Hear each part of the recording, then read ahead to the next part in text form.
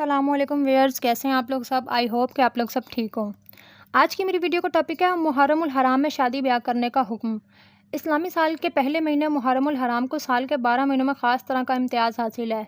सही बुखारी में एक हदीस मुबारक है जिसमें नबी अकरम सल्लल्लाहु अलैहि वसल्लम ने हिज्जतुल वदा के मौके पर एक तवील और नहायत ही कीमती नसब पर मुश्तमिल खुतबा इरशाद फरमाया। इसमें यह बात भी थी, इसी वक्त ज़माना इसी रफ्तार हैत पर आ चुका है जिस दिन अल्लाह ताला ने ज़मीन और आसमान को पैदा फरमाया था।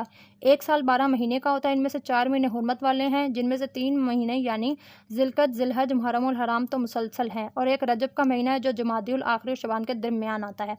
नबी अकरम के मुख्तलिफ़ फरमान के मुताबिक इस माह मुबारक में किए जाने वाले अमाल का अजर से दीगर अयाम या महीनों के ज़्यादा होता है। यही वजह है कि नबी अकरम सल्लल्लाहु अलैहि वसल्लम इस महीने में रोज़ा रखने के बारे में इरशाद फरमाया, रमज़ान मुबारक के बाद अफ़ज़ल तरीन रोज़े अल्लाह ताला के यहाँ मुहर्रमुल हराम के रोज़े हैं। उलमा कराम फरमाते हैं कि इस महीने में फ़जीलत महज़ रोज़े रखने की ही नहीं है, बल्कि इस माह का हर नेक अमल या निस्बत दूसरे महीनों के बहुत बड़ा हुआ है। चाचा अमाल में से एक बड़ा और अहम अमल निकाह भी है। माशरे में माह मुहर्रमुल हराम से कुछ मुतल्लिक़ ऐसा तसव्वुर रुझान आम हो चुका है कि इस महीने में निकाह नहीं करना चाहिए, हालांकि शरीयत का मिजाज और अहकाम इसकी सरी नफ़ी करते हैं। गाइस, अगर आपको मेरी वीडियो अच्छी लगे तो वीडियो को लाइक करें, शेयर करें, चैनल को सब्सक्राइब करें, दुआ में याद रखें।